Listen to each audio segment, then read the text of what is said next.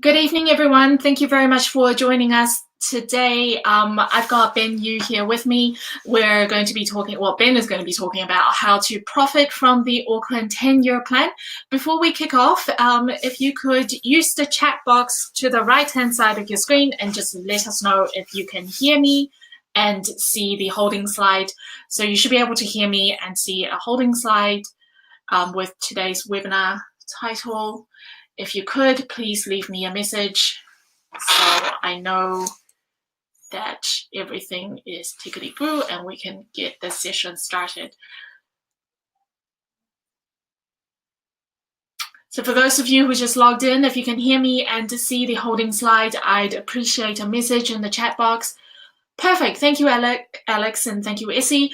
I'm happy with that, so let's get started. So good evening again. My name is Serena Gibbon. I'm from the Auckland Property Investors Association. With me is a longtime member, Ben Yu, who is in IT but actually works for Auckland Transport. Am I allowed to say that? I've just said Not really. Not really. You're not here on behalf of Auckland Transport, but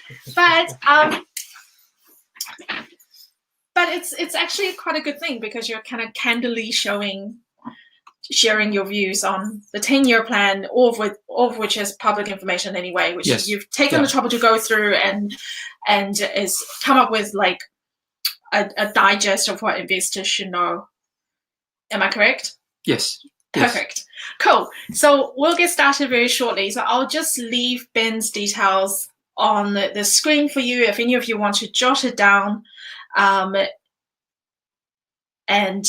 Just let us know, let Ben know if you have any questions or would like to network with him after today's webinar.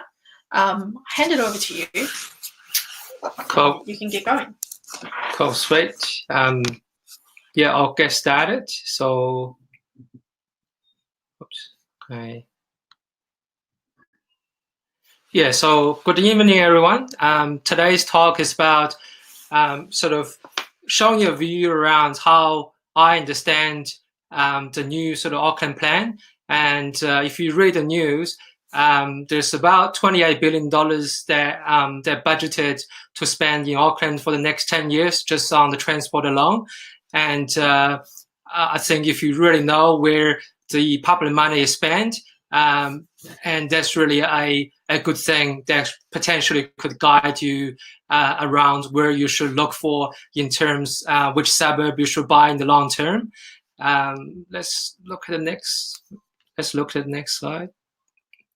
Yeah, this is me. So my name is Ben. I work in IT. So my job title is solution architect. If you don't really know what it does is basically I refer it to as professional problem solver. So I used to be a coder, so doing all sorts of programming stuff, and sort of after a while I get sort of a bit sick of learning all the new skills every year. So I just sort of step up to be sort of like an IT designer, and in that sort of roles, you're sort of focusing on the people skills rather than sort of the technical skills. You sort of half technical and half people skills, and sort of doing a public presentation for me, I regard it as sort of a personal development for me. So in this presentation, I don't try to sell you anything. In fact, the information I provided, according to Serena, is all public information. So I just sort of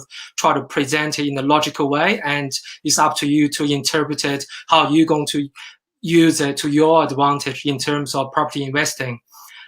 So a bit of introduction for myself. So if you look at me, I'm from China. The stereotype kick in is I'm probably be really rich. I wish that's the case. Unfortunately, it isn't. So I come from a very average family. Probably property investment is not really my thing. What happened is 5 years ago, there's probably a life-changing event due to a family member falling sick. I was actually staying in the Auckland hospital for about a month. I was sort of just looking after a member of family. I was sort of talking to the sort of chair, the nurse in charge. I'd be able to allow to stay in the hospital. But basically, I would just sort of sleep on the floor bed with a mattress for about a month. During that time, I don't really know whether that will be a month or 2 months or 3 months. So that sort of really changed a lot of things in my life, changed my perspective, looking at work, looking at life. After that, so I started looking at how can I sort of really providing the sort of financial security for myself and for my family. And logically, I look for property investment. So property investment for me, I'm thinking I'm still new to this. I'm still trying to learn, and RPA provide a really good learning platform for me. So I joined RPA about 2 years ago. I try to go to every main event, and they provide lots and lots of good information for me. And the way I'm thinking is, if I understand this, if I can provide some benefit to other members, I'm trying to do that. So that's why I want to give this presentation. So let's go to the main presentation. So if you look at the plan, so probably at the end of June, so the Auckland Council approved the Auckland 10-year plan.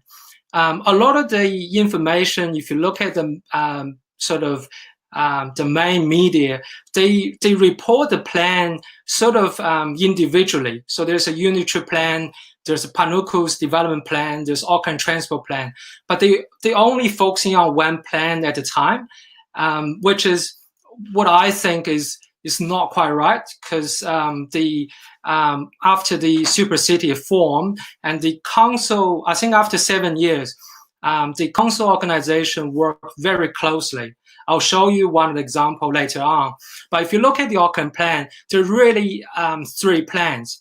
The first plan is the unitary plan. The second plan is Panuku development plan. A lot of people probably not very familiar with Panuku development Auckland. The Panuku development Auckland is the Auckland regeneration agency. So a lot of the town center regeneration are carried out by Panuku development. If you look at the Wynyard Quarter, if you look at New Lynn, so they all carried out by Panuku development Auckland. And obviously everybody familiar with the Auckland transport plan, with a lot of the news, with a lot of the public transport news at the moment, with the light rail or the rapid transit from Pukenui train station to the airport. That was probably reported 2 years ago on the New Zealand Herald. So to help you to have a good understanding of how you can sort of interpret those 3 plans to help you to guide your investing, you really need to understand the sort of the reasons behind why each plan is sort of formalized. So the unitary plan is really to solving the land supply issues. So in the past, Auckland, so we got lots of land in Auckland region. However, because there's a lot of different plan restrictions, so we couldn't really subdivide the land to really fully utilize the land to build more houses. Therefore, that after the super city is formed, and that's the first sort of thing they look at it, is really to have a unitary plan, be able to unlock a lot of the land, and that's what the unitary plan is for. And the media probably reported quite a bit on the unitary plan, and most people understand how it all works. However, the Panuku development plan, which is sort of regenerate the town center, which a lot of a lot of people are not very familiar with. So you probably could just Google Panuku development, and there's a lot of good information on the website, and there's actually some YouTube video around where the sort of the major development hub they're working on. So it's really good information for you to have a look. And obviously the the Auckland sort of transport plan is to solving some of the congestion issues, and also solving how we can sort of reduce some of the travel time from a sort of like a satellite town, maybe Henderson or Albany, to the city center. Recently, there's a lot of development from the Housing New Zealand. Personally, as an investor, I think you also need to understand the government Housing New Zealand plan. There's probably a lot of intensification going on in some of the major town centers as well. I believe you should actually try to avoid some of the sort of the Housing New Zealand intensification area. When I say areas, it's probably just this strait is probably good, and the next strait, which has a lot of intensification for Housing New Zealand, that's the strait you might want to avoid. So how you can actually interpret those three plans, or really the four plans together, to find out which suburb you should invest.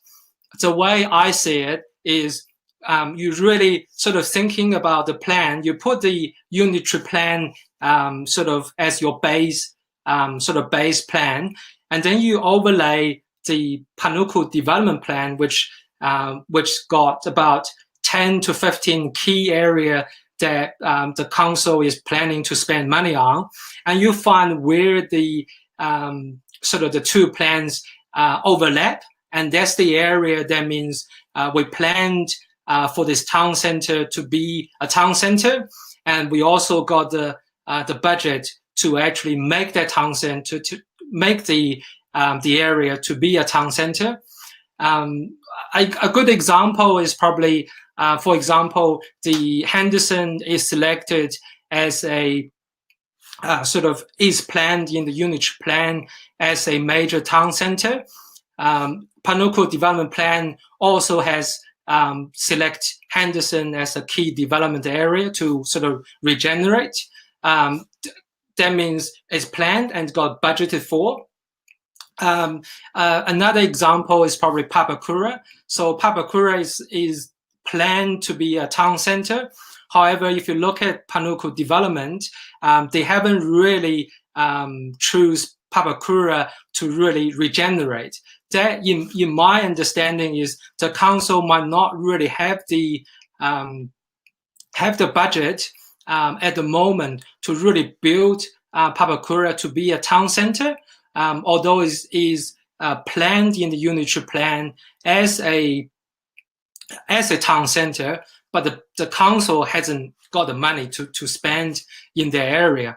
And the next thing is, once you identify the sort of the overlapped area, the major town center, the next thing is you look at the Auckland transport plan. So the way how I interpreted this is, the sooner the transport is connected to that town center, the sooner that area will get intensification, will get developed. Because if you think about it, the current constraint in the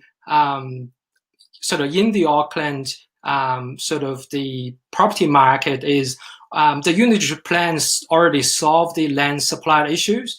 The next issue the government and the council is trying to solve, which is the infrastructure issues. We might in a lot of the area it is zoned for high density area, but if they don't really have the stormwater for those sort of high density development to connect to, if you don't have enough parking, you don't have good public transport to move a lot of people very quickly from the suburb to the city, it's very hard for developer to really develop in the area. That's why the council now work very closely to address some of the infrastructure issue, and that's why the council and government work together to invest $28 billion in transport alone in Auckland. It's just to address some of the transport infrastructure issue. So once you look at that once you overlay that three plan, you should be able to find the suburb you want to invest in the long term, because that's where the government is spending the money on. Then the next thing is the suburb, once you select it, like the Henderson, Northcote, for example, if you look at it, it's also it's also where the sort of Housing New Zealand is trying to do a lot of intensification on. So you really need to look at the Housing New Zealand website. So what are good about all of those information is all of those information are actually public available on all of those government or council agencies' website. You just need to go to their website and find the information you need.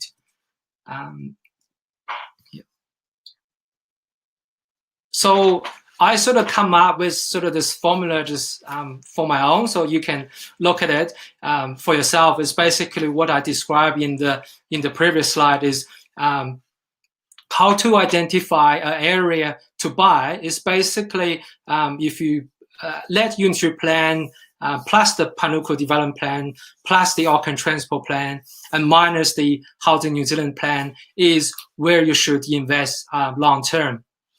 I just want to add a bit why I sort of a bit obsessed about all of those plans, or why, or want to understand where the government spending, where they want to spend the money. So I only started probably property investment sort of 5 years ago. When I started, I look at some of the area like Mount Wellington, Albany, and New Lynn. And those is the area that got really, really good capital growth, probably in the last 5 to 10 years. And I'm trying to sort of really understand why those areas get sort of those more than the average capital growth comparing to some of the other area. One of the common thing I find is those areas are all on the sort of the Panuku Development Plan, and also the government spend quite a lot of money to build a transport hub, building a lot of public facility in those areas. So having those sort of common things, I want to find maybe the next Albany, the next Mount Wellington, the next New Lynn. I just want to, so I sort of talk to myself, like, if I can find where the government or the council want to invest next, and then that area potentially could be the next New Lynn, the next Mount Wellington, the next Albany. So that's where sort of my logic behind why I want to sort of really understand where the government spending money on. So I just want to give a sort of a case study sort of for Henderson. So I live in Henderson for the last 3 years, and also work in Henderson for 2 years. Now the office moved in the city, so I work in the city. So I have a quite sort of good understanding of how Henderson has changed. That's why I choose Henderson. So I guess there's $28 billion we'll spend in Auckland. You don't have to choose Henderson. The reason I choose Henderson is because I can sort of give you a more detailed explanation around how some of the sort of commercial sector following some of the council's plan. And if you look at anywhere in Auckland, you can find a suburb like Henderson. So you don't have to really buy in Henderson. This is really just used as an example. So when I work in Henderson, if somebody familiar with Henderson, there's a road called Henderson Valley Road. And there's already have 2 gas stations sort of already on that road. One is Gao and the other is Mobile. So the Mobile is just next to the Henderson train station. The Gao is sort of around the roundabout. There's probably 2 or 3 kilometers apart. And I drive to work every day and get past that 2 sort of petrol station. There's probably 18 or 24 months ago, suddenly there's 2 brand new gas stations popping up on that road.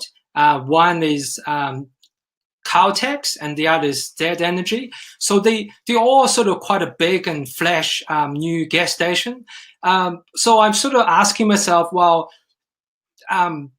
Henderson Valley Road, by my standard, is not very busy. Why does have sort of 2 gas stations popping up in that sort of 2 or 3 kilometers of that road? So I got a bit puzzled. And then there's a lot of other things happening in the Henderson area. Then Henderson Mall is sold to a new owner. And there's a lot of, because being a Chinese, I love sort of having some sort of traditional food, right? I see there's a lot of Chinese restaurant opened in Henderson as well. And if you got kids, you probably realize there's a new sort of child's sort of movie studio and kids playground opened next to the train station as well. And if you actually drive on Lincoln Road, you can see there's probably quite a few commercial development around Lincoln Road, and there's a few sort of retirement village built around sort of Waitakere Hospital. Sort of that becoming a bit clear, I think is probably around probably June or May last year, when Auckland Council approved the high-level design for the Henderson's rejuvenation plan, or basically rejuvenate. They want to rejuvenate Henderson. So I'm sure that those sort of commercial organization, they probably do a lot of research. They probably paid quite a bit of money to really get all those research paper on. Potentially, they might even lobbying with the council to do that. That's why they actually start building more gas station or doing those developments in the Henderson area. So this is the consultation Auckland Transport published recently. So this has get me really excited, because the Super City is probably for 7 years. Normally what happened with the consultation, when I look at it, is Auckland Transport will do their own consultation when they want to develop an area. And then Panuku Development Auckland will probably do their own consultation. And the other agency might doing their own organization. This might be the first time actually seeing that they use a suburb and then the future as a consultation package. So if you're actually following that URL, you should be able to see that it should be still on the website. So these are the signs that it could be a template that when they actually develop other suburb, they might using this as a template. You might see maybe other suburbs future as a consultation. I believe when you see that, you should really sort of dig into it and see that if council or the government has some major plan in their area. Another thing I mentioned is try to understand the Housing New Zealand plan and try to avoid some of the area. So I sort of one of the things you can do is read your local newspaper. So this probably the local sort of newspaper. This probably in that was in May. So they actually mentioned about a few Housing New Zealand development in Henderson area, although they use Pocono as a title, but they actually talk about the development in Henderson.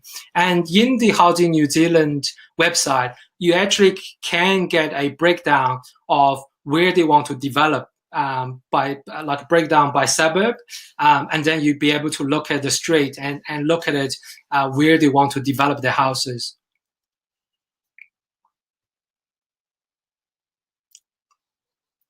So this is this is published in June when the council sort of confirmed the budget for the for spending in the Henderson area.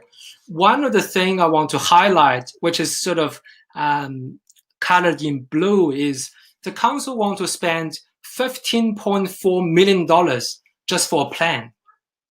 So there's probably a lot of work that goes into just plan the rejuvenation. So my question is, if they want to spend $15.4 million for the plan, how much money or how much effort they're going to spend in actually rebuilding the Henderson Town Center? So you might want to ask that question.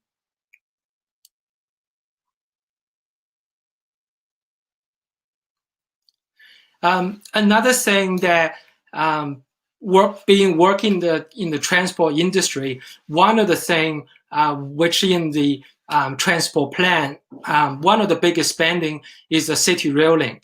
Although the media reported a lot of on the light rail, the light rail hasn't been confirmed. So a lot of media attention on the area, but the city rail link is confirmed and the budget is committed. So if you are gambling on the light rail route, I'm still thinking there's they haven't really signed the dotted line, or the budget really hasn't been assigned to the area. You can't really assume it will go ahead. But the city rail link has already gone to that stage. If you actually look at the Auckland transport, the budget, that sort of budget is already being assigned to the city rail link. And you can see there's quite a good improvement from the sort of after the city rail link. There's probably between a 15 to 20 minutes reduction in travel time from Henderson to Auckland CBD.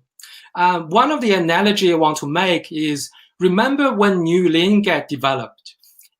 So the New Lynn is about 30 minutes by train from New Lynn to Britomart. After the city rail link, Henderson will be in that range. So from the other perspective is, if you are within 30 minutes travel time to the CBD, the land value in the area will appreciate, similar to New Lynn. So I believe you should sort of maybe look at what happened in New Lynn. A similar thing I'm thinking will happen in Henderson, but although I can't guarantee, but this is only my interpretation for that. A lot of people talk about the transport infrastructure. They are all quite critical, but I think another major thing that's even important than transport infrastructure is the job infrastructure. Without jobs locally, people still don't really want to sort of settle in the area. Most people, because Auckland is getting congested more than ever, so people really want to choose to work locally. So if you look at the job infrastructure in Henderson, so you have one hospital, you have one stadium, you got probably the largest swimming pool in Auckland. So Henderson also have two train stations, the Henderson station and the Sturgis Road train station.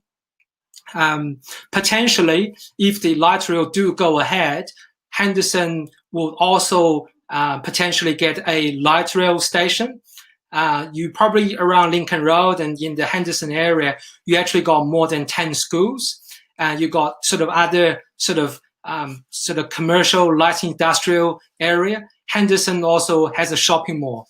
So all of those provide enough job to encourage people to want to choose Henderson as a place to live, because they want to live locally that close to their job.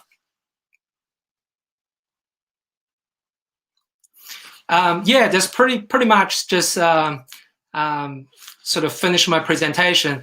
And what I want to say is, don't just take my word for it. Do your own research and network to the person that really matters. So thanks guys for sort of listening to my presentation today. Cool. Hey, Ben, that's really interesting. Thank you very much. We've got a couple of questions, so we'll do them. Happy to answer them? Yep. Couple of questions. We'll do them one by one. Look, guys, if you have any questions for Ben, please use the chat box to the right-hand side of your screen, and yeah, we'll just go through them. So, first question from Matt: as an investor, which Panuku development project excites you the most, and why? I think we know the answer to that. Yes.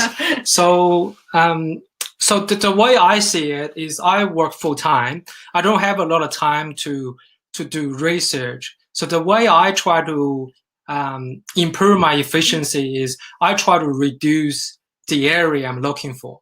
So I live in Henderson, and probably 12 months ago, I also work in Henderson.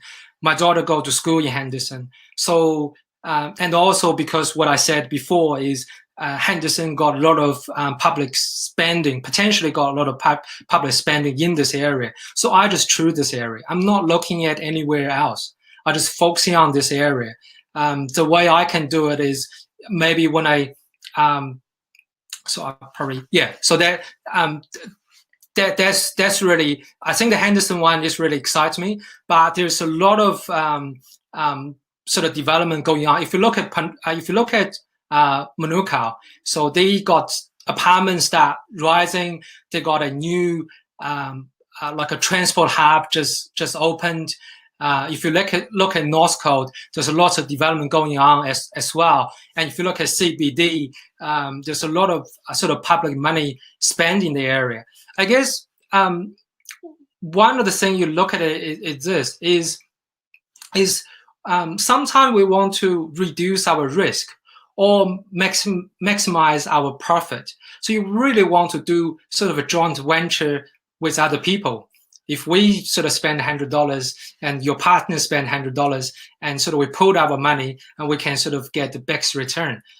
I'm thinking, if you can joint venture with the government, I think all the commercial sector are trying to joint venture with the government. That's why an area gets really further developed. If you think about it, the government spend $100, maybe Mega 10 spend $100, Countdown spend $100, and all the, maybe in Henderson, the retirement village spend $100, the hospital spend $100, schools spend $100, everybody spend $100. That's when the area really got a lift, getting, how can I say, getting a bit prosperous. And if you actually drive in Lincoln Road at night, you can see it's start changing. So just looking for the signs, I believe. Yeah. Okay. Well, a question from Alex, which proceeded with a very nice comment about your presentation. But Alex is asking, the North Shore looks like a dead zone in some of that long-term planning, especially rail. How do you see the shore's prospects?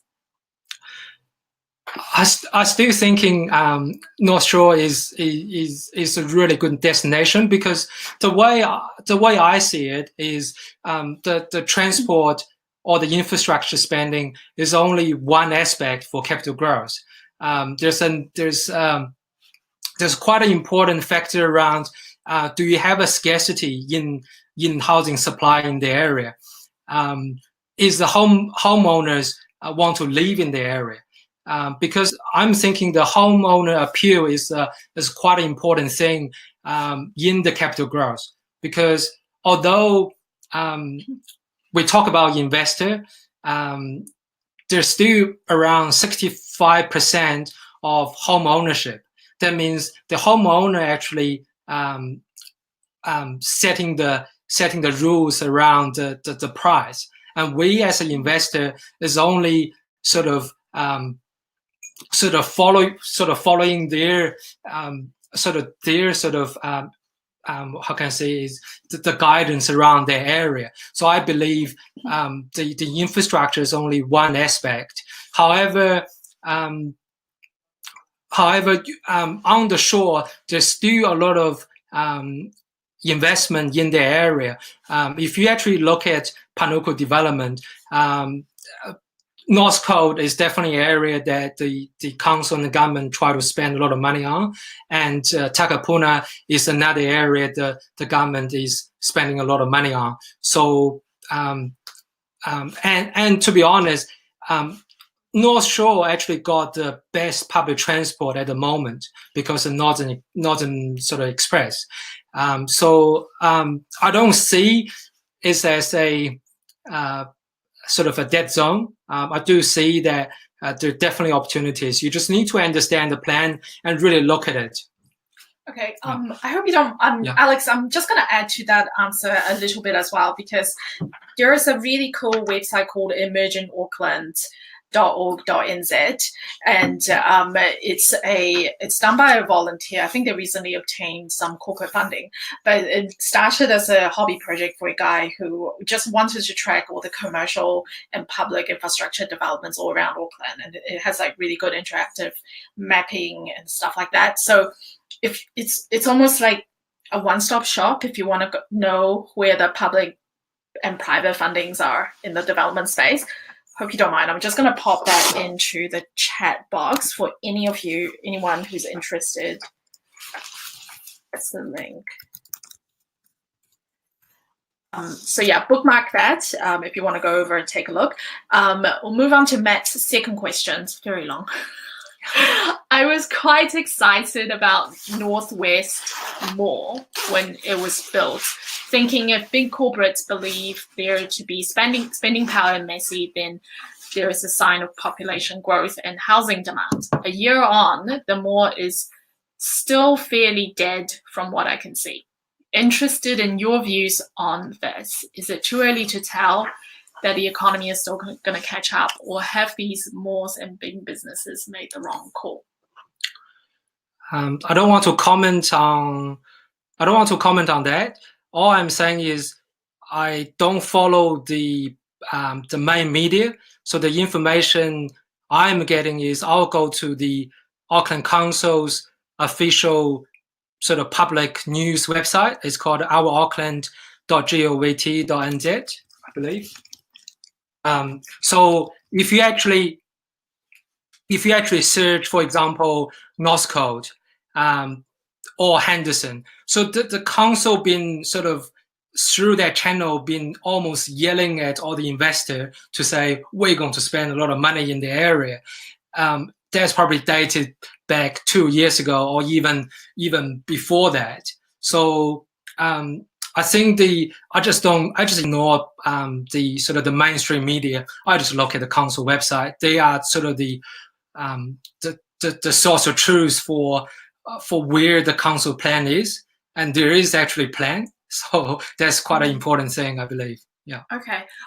Which dovetails into my question. So apart from, because I'm quite keen on how you keep your ears on the ground and look for signs of opportunity and growth. Obviously, the council is a big source of information for you. But do you use anything else? Like, do you tap into community groups or social media? Or, I mean, you talked about Asian restaurants in Henderson. And so, I mean, someone's got to tell you that, or you would have noticed, right? So how do you pick up these cues? Yeah, so being in IT, I'm a busy as well. I use tools. So I use a tool called Google Alerts. So if you actually just go to google.com/alerts, I believe, then you'll be able to set up alert for a particular suburb. Okay. So you can configure how often you want the news to send it to you. I normally configure to be every week. So every week, everything that happen in Henderson will automatically send to me in my inbox. Okay, for Yeah. the sake of Yeah.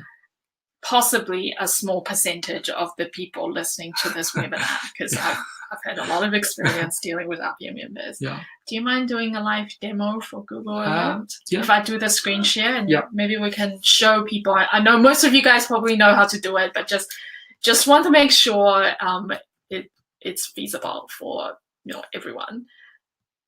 Just gonna set up a quick screen share with you guys, and we'll get Ben to demonstrate what he means.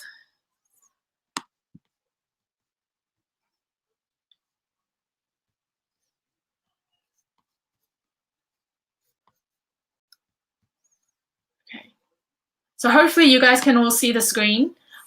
We've just pulled up a new Google page. Where do you go from here? So you just go to google.com/alerts. And then from here, you can go, for example, the one, if I want to set up in Henderson, you just type in the suburb, Henderson. Normally I'll do a comma, Auckland. What's the comma for? I think it's just separate that you don't want to search for the whole word or for the whole sentence. Okay. So you can see that all the news about Henderson for today will showing up in that preview, and you can set it to be either once a day or once a week. Yeah. So you just set it as once a week, and it's email to you, is it? Yeah, so that's your email. Yeah. And if you just create an alert, and then they'll just email to you automatically. And what is good about this is once it's in your email box, in your inbox, you got a archive of what happened in Henderson. So you can search your own database almost. That's cool. Yeah. Thanks for that. Yeah. So I'll do a. Yeah, open it up again. Yeah. Yeah. Turn things off too quickly. Let's do this again. Yeah.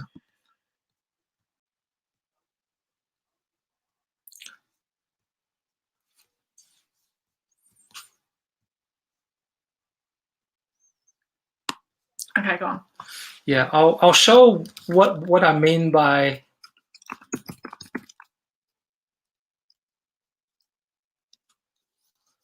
the sort of the authoritative truth.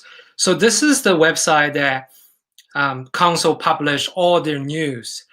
A lot of if you look at New Zealand Herald, a lot of the news they picked up on is actually from here. So one of the things that you can look at it is that's probably happened a couple of days ago is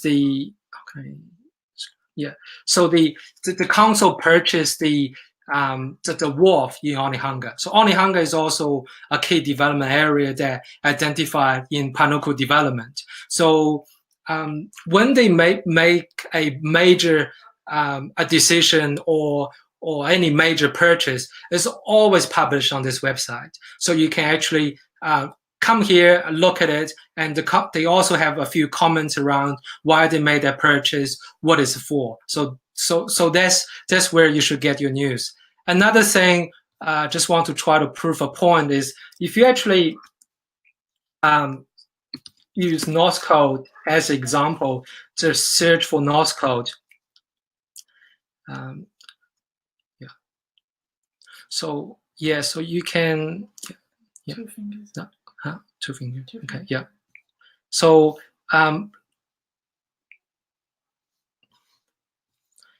you can actually see pretty much. Oh, maybe I just need to reduce that to news.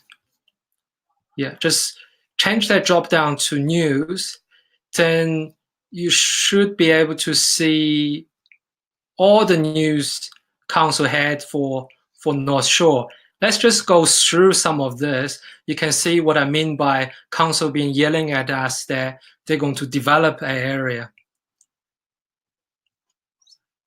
Yeah.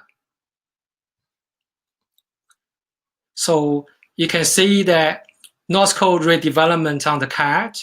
That's one thing you can sort of read into it and what the council plan is. That was in 2017 February, and then North Coast redevelopment kicks off. That was in 2016.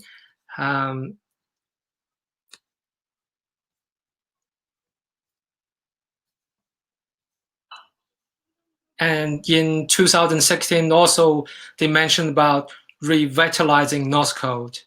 And there's probably another one that's way before that as well. See the North Coast Town Center to be redeveloped.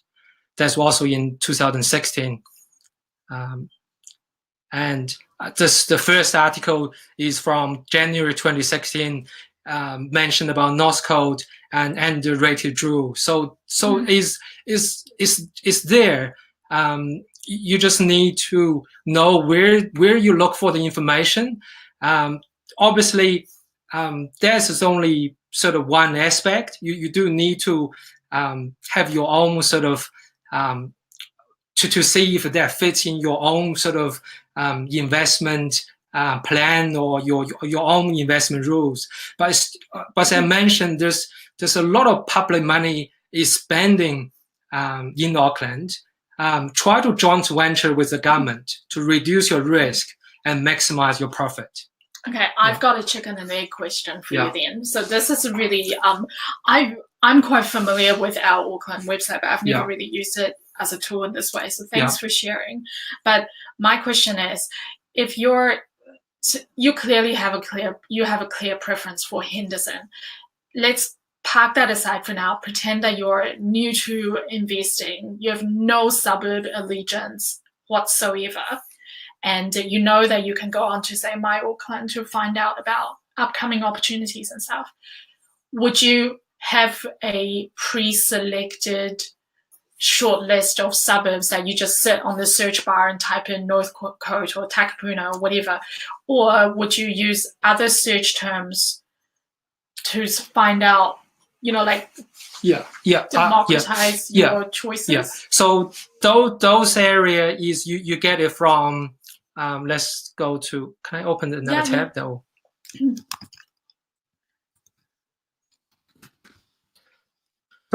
So those areas, I get it from the Panuku development. So they already identify between probably 10 to 15 area to develop it on. So I guess just my personal preference, I wouldn't look any other suburb that wasn't on this map. So that's just my own preference because I want to joint venture with the government. So that's where you can see. And I only want to look at the color, which is the transform and unlock, because that's where the government's going to spend serious money on. The support is, if you actually go through this website, they actually explain what sort of each regeneration term means. Transform, obviously a significant long-term regeneration, like when you're quarter, Onehunga, Tamaki, that's sort of between 25, maybe longer. Unlock is more, the council want to facilitate the development. What you need to look for in those areas is the council probably already own quite a large land in those areas, so they don't really have to spend a lot of money. They just need to draft their plan and then outsource their work to the commercial sector to do that. So that's really I look at it. So you find the suburb from here, and then maybe you go back to our Auckland to find out the plan. Cool. Yeah. Thanks for that. It's really useful. Just want to see if there are any other questions from people. No. So listen, if you have any more questions for Ben, please use this opportunity to put it in the chat box. We can we'll get Ben to answer them when it comes through.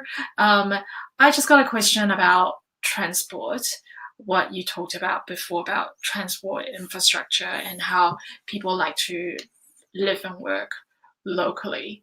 So when you look at the transport plan and what that means to you as an investor, do you at all consider accessibility to the city centre, or I guess what I'm trying to ask is, do you think the future of Auckland's economy is based in CBD centre, or do you think it is there's going to be hubs all around Auckland creating opportunities for investors to target these hubs?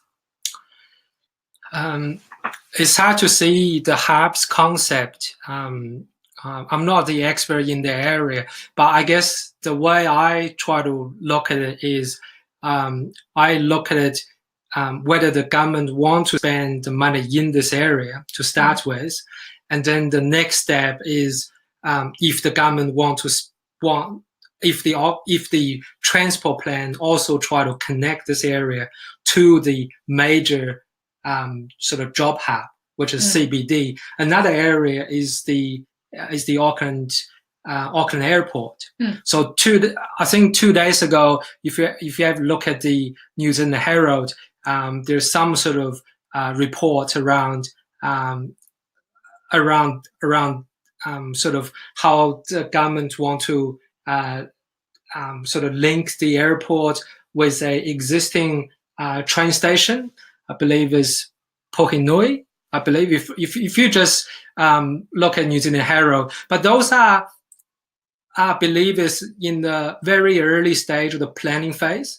So when you look at the news, you have to understand whether it's just a plan that hasn't really gone through the business case and all of those stages to actually get the budget. So you really need to understand between when there's a news around, okay, we're going to build something, but that's why you need to go through the council's official website to look at it to see, is that a new thing or that hasn't been reported for a number of years. That's so that you can get understanding of how valid that plan is. Cool. Yeah. Thanks for that. So hey, listen, I'm just gonna get you to pop in your cell phone number and email address in the chat box in case anyone wants to follow up with you after the presentation. Do that. Thank you very much. So guys, if you want to reach out to Ben to connect with him afterwards, please feel free to save his contact details. And thank you very much for dialing in to the live session, and also to those of you who are doing the replay. I know a lot of you tend to prefer the replay at your own time, and for supporting our webinar series. And also thank you very much to Ben. Ben actually reached out to us to offer to make this presentation. It was very kind of him to go through the trouble of reading all the information, working it out, and trying to present his views in a way that is very consumable, and I certainly enjoyed it. So yeah, thank you very much. Hope to have you back. No worries, Serena. So I just got so much information and knowledge from Appia. I just want to do my bit to really help the members and help Appia. Sweet. Yeah, that's so sweet. I've got a target on you now. I'm probably going to start calling you up. Ken, talk for me. Actually, before we wrap off, news of the day, just want to see your views. Renters United came out with their manifesto for what renting should be like in New Zealand. I know it's not about development or anything. It's tenancy law every landlord needs to be aware of. We're very concerned about one of the proposals in there to encourage indefinite tenancy in New Zealand, essentially giving tenants lifetime tenancy, so that if you buy a rental property with an existing tenant, you can't ask them to leave. You have to buy that tenancy as well. Are you concerned, or do you think it will be adopted? I guess I will be concerned if it does become a reality. I guess if it's only a discussion, I guess I'm quite happy to, with sort of any changes, I'm quite happy for that to be sort of be in the open, to have an open discussion to see we can sort of argue from sort of maybe a landlord perspective, and the tenant can argue from their perspective, and maybe we can try to reach to a point that is sort of benefit to both of us, both of us. But I guess I'm not concerned at the moment. I'm just thinking that it's just the process that we need to go through. So yeah, and at this stage as well, Yeah. it's just really an advocacy group coming out and saying, Yeah. this is our ideal case scenario. This is what we're trying to bargain for. So I guess it's like their first offer, and we just have to go back and say, well, we think this is equitable, this is not. So really, we'd be in this week and next week, we'd be very keen to hear from members about whether any of you had read the Renters United manifesto, because that's what it is, and we'd be very keen to find out how much you support it or don't support it, and so that we can represent you guys better when we're doing the advocacy work. So once again, thank you very much to everyone, and have a great evening. Cool.